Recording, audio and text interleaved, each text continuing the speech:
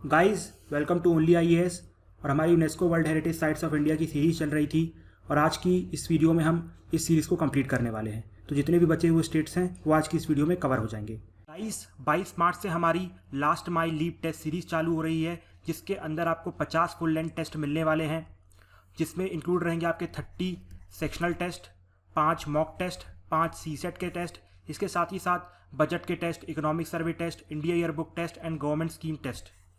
और अंत में अगर आपने एनसीईआरटी को रिवाइज नहीं किया है तो हमने आपके लिए यहाँ पर 6 से 12 तक सारे के सारे एनसीईआरटी टेस्ट को भी इंक्लूड करने की पूरी कोशिश की है।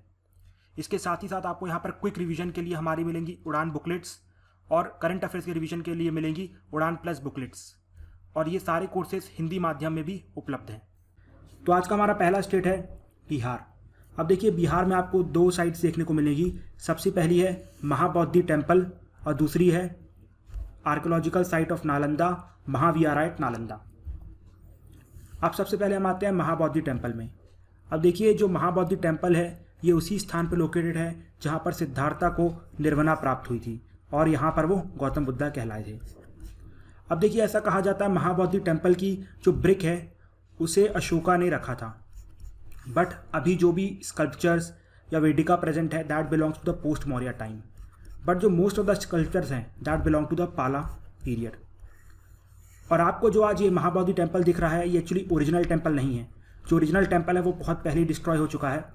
आज का जो महाबौद्धि टेम्पल है इसे 17वीं सेंचुरी के आसपास बिल्ड किया गया था और उस वक्त इस टेम्पल को नागरा प्लस द्रविड़ा दोनों के फीचर से बिल्ड किया गया था। जैसे अगर आप यहाँ पर देखेंगे तो ये बिल्कुल नैरो है, just like the Nagara style of architecture, जिस तरह से उसका शिखर बिल्कुल नैरो होता है जो हमने खजुराहो टेम्पल में देखा था। और यहाँ पर बट बिल्कुल भी कर्विंग नहीं है, जो इस चीज़ को सिग्निफाई करता है कि यहाँ पर द्रविड़ा स्टाइल ऑफ आर्किटेक्चर को भी यूज़ किया गया है। ठीक है, इसके बाद अगली साइट हमारे सामने आती है, just a second, Mahavihara at Nalanda. अब देखो 3rd सेंचुरी BCE से लेके 13वीं सेंचुरी कॉमन एरा तक यहाँ पर बहुत सारे आर्किटेक्चर डेवलप किए गए। जैसे एग्जाम्पल के तौर पे स्तूपास, श्राइन्स, विहारास, चैत्यास, जिसके ऊपर बहुत ही सुंदर स्टूको वर्क, मेटल वर्क और इवन स्टोन का वर्क देखने को मिलता है। अब इस कंबाइन साइट को आप कह सकते हैं archaeological site of Nalanda and Mahavihara at Nalanda. अब यहाँ पर सबसे इंपॉर्टेंट आर्किटेक्चर है नालंदा यूनिवर्सिटी। अब जो नालंदा यूनिवर्सिटी है उसने लगातार 800 सालों तक अनइंटरप्टेड एजुकेशन प्रोवाइड की है, सिर्फ इंडिया को नहीं पूरे दुनिया को, जो उस टाइम पे नॉन दुनिया थी। फाइन। अब देखिए जो नालंदा यूनिवर्सिटी की जो फाउंडेशन है that was put by Kumaragupta one, he was a Gupta ruler. और यहाँ पर जितने भी रिलीजन्स हैं सारे रिलीजन्स को पढ़ाया जाता था, even the Vedas and other religions as well. But जो सबसे डोमिनेंट रिलीजन था वो था बुद्धिज़्म। और आपको बता दूं यहाँ पर जो कंप्लीट एजुकेशन रहती थी वो फ्री हुआ करती थी। इसका मतलब ये है कि उस टाइम पर राइट टू एजुकेशन एक्ट होता था। बट अगर आप देखें आज का जो हमारा राइट टू एजुकेशन एक्ट है वो काफ़ी पुअर है, मतलब गवर्नमेंट के पास पैसे ही नहीं होते हैं गरीबों को पढ़ाने के लिए। तो आपके दिमाग में क्वेश्चन आ रहा होगा कि उस टाइम पे कैसे फ्री रेजिडेंशियल एजुकेशन प्रोवाइड की जा रही थी। ठीक है, उसका रीज़न ये है कि उस टाइम पे कुछ अच्छे रूलर हुआ करते थे। एग्जाम्पल के तौर पर धर्मपाला, गोपाला, ये लोग क्या किया करते थे कि उस टाइम पे नालंदा यूनिवर्सिटी को बहुत सारे विलेजेस ग्रांट कर दिया करते थे। अब उस विलेजेस से क्या आएगा, टैक्स आएगा, और जो भी टैक्स है वो नालंदा यूनिवर्सिटी की तरफ जाया करता था। ओके, बट यहाँ का जो एग्ज़ाम था ना वो काफ़ी टफ हुआ करता था, जिसकी वजह से मात्र 30% स्टूडेंट बस क्वालिफाई किया करते थे। और यहाँ पर जो मेजर फोकस होता था वो डिबेट्स में होता था, ना कि चीज़ों को रटवाने में, जिसकी वजह से यहाँ पर नए आइडियाज़ का इनोवेशन भी देखने को मिलता था। उसके बाद अगला स्टेट हमारे सामने आता है सिक्किम। सिक्किम में एक ही साइट अवेलेबल है, कंचनजंगा। अब कंचनजंगा को 10 बार स्टार मार्क करना, because it is the only site in India which is under mixed heritage. ठीक है, इसके साथ ही साथ जो कंचनजंगा है आप सभी जानते हैं ये दुनिया का 3rd नंबर पे सबसे हाईएस्ट पीक है। पहला कौन सा है, वेरी गुड, माउंट एवरेस्ट, और दूसरा है K2 गॉडविन ऑस्टिन। ओके, और साथ ही साथ याद रखना Kanchenjunga is also a part of UNESCO man and the biosphere programme. अब Kanchenjunga is known for is flora and fauna, जहाँ पर आपको बहुत ही सुंदर सुंदर टेम्परेट फॉरेस्ट देखने को मिलेंगे। यहाँ पर एल्पाइन ग्रासेस देखने को मिलेंगी, जम्मू ग्लेशियर देखने को मिलेगा। और अगर हम फौना की बात करें तो यहाँ पर आपको मस्क डियर देखने को मिलेगा, स्नो लेपर्ड एंड हिमालयन तहर। तो ये चीज़ याद रखिएगा। उसके बाद अगला स्टेट हमारे सामने आता है उड़ीसा। देखिए उड़ीसा में 35 किलोमीटर की दूरी पे उड़ीसा की कोस्ट लाइन में एक टेम्पल लोकेटेड है जिसे कहा जाता है कोणार्क सन टेम्पल। अब आप सभी जानते हैं जो सन टेम्पल है that is devoted to lord sun. अब देखिए इस टेम्पल के आर्किटेक्चर को समझने की कोशिश कीजिएगा। सबसे पहले तो यहाँ पर एक बड़ा सा अप्रेज प्लेटफॉर्म बिल्ड किया गया है और उसके बाद ये अप्रेज प्लेटफॉर्म ये जो स्टोन के घोड़े हैं उससे कनेक्टेड है। अब यहाँ पर इस कंप्लीट अप्रेज स्ट्रक्चर में पहिए बनाए गए हैं, जैसा ये पहिया है एक्चुअली उसी का पार्ट है, और उसके ऊपर फिर यहाँ पर शिखर है और यहाँ पर आगे मंडप है। अब देखिए it has been built in Kalinga style of architecture, इसलिए इस शिखर को देउल कहा जाता है यहाँ पर, और मंडप को जगमोहन कहा जाता है। वैसे अगर आप देखेंगे तो ये जो अपना देउल है वो तो पूरा कोलैप्स कर गया है, ये अवेलेबल नहीं है। 2 जगमोहन अवेलेबल है बट अब उसे कॉमन पब्लिक एक्सेस नहीं कर सकती है बिकॉज काफ़ी चांसेस है वो भी बहुत जल्दी ढह जाएगा।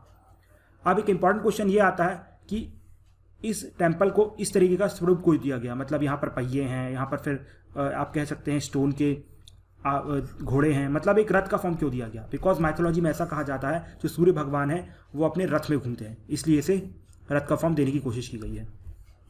Okay, well and good. अब अगला स्टेट हमारे सामने आता है churches and convents of Goa in Goa. अब देखिए आपको यहाँ पर ये 7 साइट्स देखने को मिल रही होंगी। ये 7 साइट्स को आप कंबाइन करते हैं तो ये कंट्रीब्यूट करती है churches and convents of Goa में। अब रीज़न क्या है कि इस चीज़ को वर्ल्ड हेरिटेज साइट डिक्लेयर किया गया, इसके 2 रीज़न हैं। सबसे पहला रीज़न ये है कि यहाँ पर सेंट फ्रांसिस जेवियर की कब्र है, और दूसरा इंपॉर्टेंट चीज़ कि गोवा का सबसे बड़ा रोल था पूरे एशिया में क्रिश्चियनिटी को फैलाने में, इसलिए इस साइट को वर्ल्ड हेरिटेज साइट डिक्लेयर किया गया है। उसके बाद अगला स्टेट हमारे सामने आता है वेस्ट बंगाल। वेस्ट बंगाल में आप सभी जानते हैं सुंदरबन नेशनल पार्क लोकेटेड है, it is a natural heritage sites. उसके बाद आप ये भी जानते हैं कि सुंदरबन नेशनल पार्क गंगा के डेल्टा के ऊपर बनाया है, जिसकी वजह से यहाँ पर आपको one of the highest densest mangrove forest देखने को मिलते हैं, ठीक है, at a single stretch including Bangladesh. अब देखिए यहाँ पर जो भी डाइवर्सिटी प्रेजेंट है उस डाइवर्सिटी को मंगल डाइवर्सिटी कहा जाता है। ये बहुत इंपॉर्टेंट है और बहुत कम जगह देखने को मिलता है। ये मैंने डायरेक्टली यूनेस्को की वेबसाइट से कॉपी किया, तो इस चीज़ को याद रखिएगा, mangal diversity is related to Sundarban national park. अगर क्वेश्चन आ जाए तो टिक कर देना। उसके बाद यहाँ पर अगर आप फ्लोरा की बात करें तो आप सभी जानते हैं रॉयल बंगाल टाइगर प्रेजेंट है और साथ ही साथ सॉल्ट वाटर क्रोकोडाइल भी प्रेजेंट है। इसके बाद अगली साइट आती है Nanda Devi and valley of flower national park. देखिए आप सभी जानते हैं it is located in Uttarakhand, और सबसे पहले हम नंदा देवी नेशनल पार्क की बात करते हैं। Nanda Devi national park Nanda Devi peaks के सराउंडिंग में लोकेटेड है, और यहाँ पर बहुत ही सुंदर टेम्परेट फॉरेस्ट है, और सबसे इंपॉर्टेंट रोडोडोंड्रन अवेलेबल है। वैसे I have not visited site but pic देख के लगो बहुत ही सुंदर देखने को लग रहा है। ओके, उसके बाद अगली साइट है यहाँ पर, देखिए यहाँ पर जो मैंने बोला ना Nanda Devi and valley of flower national park, ये दोनों कंबाइंड एक ही साइट है, ठीक है। अब बस मैंने इसको 2 डिफरेंट पार्ट में डिवाइड कर दिया। सबसे पहली है नंदा देवी नेशनल पार्क और दूसरी है valley of flower national park. देखिए valley of flower national park ये पुष्पपति रिवर के बैंक्स पे लोकेटेड है, कैशमेंट एरिया पे लोकेटेड है, और इवन इसको क्रिएट इसलिए किया गया था कि पुष्पपति रिवर को प्रोटेक्ट किया जाए, ठीक है। और यहाँ पर आपको मिडोइस ऑफ एंडेमिक अल्पाइन फ्लावर देखने को मिलेंगे, और ये नंदा देवी पीक का कुछ सराउंडिंग है, बहुत ही सुंदर है। उसके बाद माउंटेन रेलवेज ऑफ इंडिया। देखिए यहाँ पर सिर्फ आपको नाम याद रखना है कि माउंटेन रेलवे ऑफ इंडिया में कौन कौन सी रेलवेज आती है। सबसे पहली है दार्जिलिंग हिमालयन रेलवे, दूसरी है नीलगिरी माउंटेन रेलवे, और तीसरी है कालका शिमला रेलवे, जिसे आप टॉय ट्रेन बोलते हैं। आई होप आपने कालका शिमला रेलवे पे विजिट किया होगा, ठीक है। और याद रखिए ये सबकी सब नैरो गेज पे बनी हुई है। उसके बाद अगली साइड हमारे सामने आती है वेस्टर्न घाट्स। देखिए वेस्टर्न घाट्स 6 स्टेट्स में लोकेटेड है, ये तो आप सभी जानते ही होंगे। सबसे पहले आता है केरला, फिर तमिलनाडु, कर्नाटका, गोवा, महाराष्ट्र एंड गुजरात। और ये भी आप जानते होंगे कि it is one of the 8 hotspot of biological diversity in the world. इसके बाद इसे सह्याद्री भी कहा जाता है, और ये 3 पार्ट में डिवाइड है। सबसे पहले पार्ट को कहा जाता है नर्दर्न सह्याद्री, जो कि तापी वैली से लेकर नॉर्थ गोवा तक चलता है। उसके बाद है मिडिल सह्याद्री, जो कि नॉर्थ ऑफ गोवा से लेकर नीलगिरी तक चलता है। उसके बाद है सदर्न सह्याद्री, जो कि नीलगिरी से लेकर कन्याकुमारी तक चलता है। तो इन शॉर्ट सह्याद्री चलते हैं from Tapi valley to Kanyakumari. उसके बाद यहाँ पर की और वेस्टर्न घाट्स की सबसे बड़ी पीक लोकेटेड है, जिसका नाम है अनाई मुडी, ठीक है। और याद रखिएगा जो सदर्न साइड है वो थोड़ी ऊंची है as compare to northern side, इसलिए यहाँ पर बारिश भी बहुत ज़्यादा होती है, ठीक है। उसके बाद अगली साइड हमारे सामने आती है great Himalayan national park, which is actually located in Kullu region in the state of Himachal Pradesh. यहाँ पर 2 स्पीशीज़ को याद रखना, एक है हिमालयन ब्राउन बियर और दूसरे हैं मस्क डियर। ठीक है, अब उसके बाद आती है हमारी आज की आखिरी साइट, जिसका नाम है द आर्किटेक्चर वर्क ऑफ ला कॉर्ब्यूजियर। अब देखिए, ला कॉर्ब्यूजियर एक स्वीडिश फ्रेंच आर्किटेक्चर थे, जिन्होंने वर्ल्ड में 17 जगह अपनी कंस्ट्रक्शन की छाप छोड़ी थी, और इन 17 की 17 जगह को यूनेस्को वर्ल्ड हेरिटेज साइट का टाइटल दिया गया है। उसमें से एक है हमारी चंडीगढ़ कॉम्प्लेक्स। ठीक है, तो आखिरी साइट कौन सी हो गई? चंडीगढ़ कॉम्प्लेक्स। अब एक चीज़ याद रखिएगा कि ऐसा क्या रीज़न था कि इन सारी साइट्स को यूनेस्को वर्ल्ड हेरिटेज साइट का दर्जा दिया गया। देखिए, इसका रीज़न बड़ा सिंपल है कि यहाँ पर इन्होंने ये दिखाने की कोशिश की है किस तरीके से मॉडर्न आर्किटेक्चर सोशल प्रॉब्लम्स को सॉल्व कर सकता है, जो भी सोसाइटी की प्रॉब्लम्स है। साथ ही साथ ये भी दिखाता है कि जो सोसाइटी की नीड्स हैं उसे मॉडर्न आर्किटेक्चर पूरे तरीके से अपने अंदर सहेज सकता है। तो ये उनकी कुछ इंपॉर्टेंस थी, जिसकी वजह से कंप्लीट इनके आर्किटेक्चर को, ये भी और आर्किटेक्चर जैसे एग्जाम्पल के तौर पे Tokyo Japan, house of doctor चट्टेट, इसके बाद म्यूजियम ऑफ वेस्टर्न आर्ट, ये सारी की सारी साइट है। कुछ इंपॉर्टेंट साइट है, पॉज करके रीड कर लेना, वैसे कुछ खास इंपॉर्टेंट नहीं है, भूल जाना, बट जो मैंने साइट बताई थी चंडीगढ़ कॉम्प्लेक्स और क्यों, इस चीज़ को याद रखना। ठीक है, तो इसी के साथ हमारी सारी साइट्स कवर हो जाती हैं। 5 अप्रैल 2021 से हमारा प्रारंभ बैच चालू होने वाला है, जिसके अंदर आपको यूपीएससी में 3 लेवल पे प्रिपरेशन करवाई जाएगी। सबसे पहला लेवल होगा बेसिक लेवल, जहां पर आपको एनसीईआरटी के लेक्चर्स मिलेंगे, साथ ही साथ एनसीईआरटी की आंसर राइटिंग करवाई जाएगी, और उसके साथ एनसीईआरटी की टेस्ट सीरीज अवेलेबल रहेगी एमसीक्यू वाली। ठीक है, इसके बाद आपको यहाँ पर एक कोर लेवल पे ट्रेनिंग करवाई जाएगी। कोर लेवल में आपको यहाँ पर मिलेंगे 500+ आवर्स ऑफ प्रीलिम्स के लेक्चर, इसके साथ ही साथ उसके कुछ टेस्ट एंड सीसेट की क्लासेस हर संडे को अवेलेबल रहेगी आपके लिए। और उसके अंत में हम करवाएंगे आपके लिए एडवांस लेवल की प्रैक्टिस। एडवांस लेवल में आपको 500+ आवर्स के मिलेंगे मेंस लेक्चर और उसके फुल लेंथ टेस्ट, और साथ ही साथ a lot of answer writing and guidance from our side. और ये कोर्स सिर्फ और सिर्फ मेंस और प्रीलिम्स के लिए अवेलेबल नहीं है, इसमें आपको इंटरव्यू की प्रिपरेशन भी करवाई जाएगी, आपके डेफ को अच्छे से एनालाइज करवाया जाएगा, और ये सारे कोर्सेज हिंदी माध्यम में भी उपलब्ध हैं। Guys, UPSC and state PSC material के लिए आप हमारे Telegram channel only eyes nothing else को ज्वाइन कर सकते हैं। यहाँ पर आपको हमारे सारे यूट्यूब लेक्चर्स की पीडीएफ मिलेगी, और साथ ही साथ इस लेक्चर की पीडीएफ भी आपको हमारे टेलीग्राम चैनल में अवेलेबल हो जाएगी। अब सबसे बड़ा क्वेश्चन ये आता है कि इन साइट्स को याद कैसे किया जाए। देखो, इसको याद करने के 2 तरीके हैं। एक तो हो सकता है आप क्रोनोलॉजिकल वे में याद करें।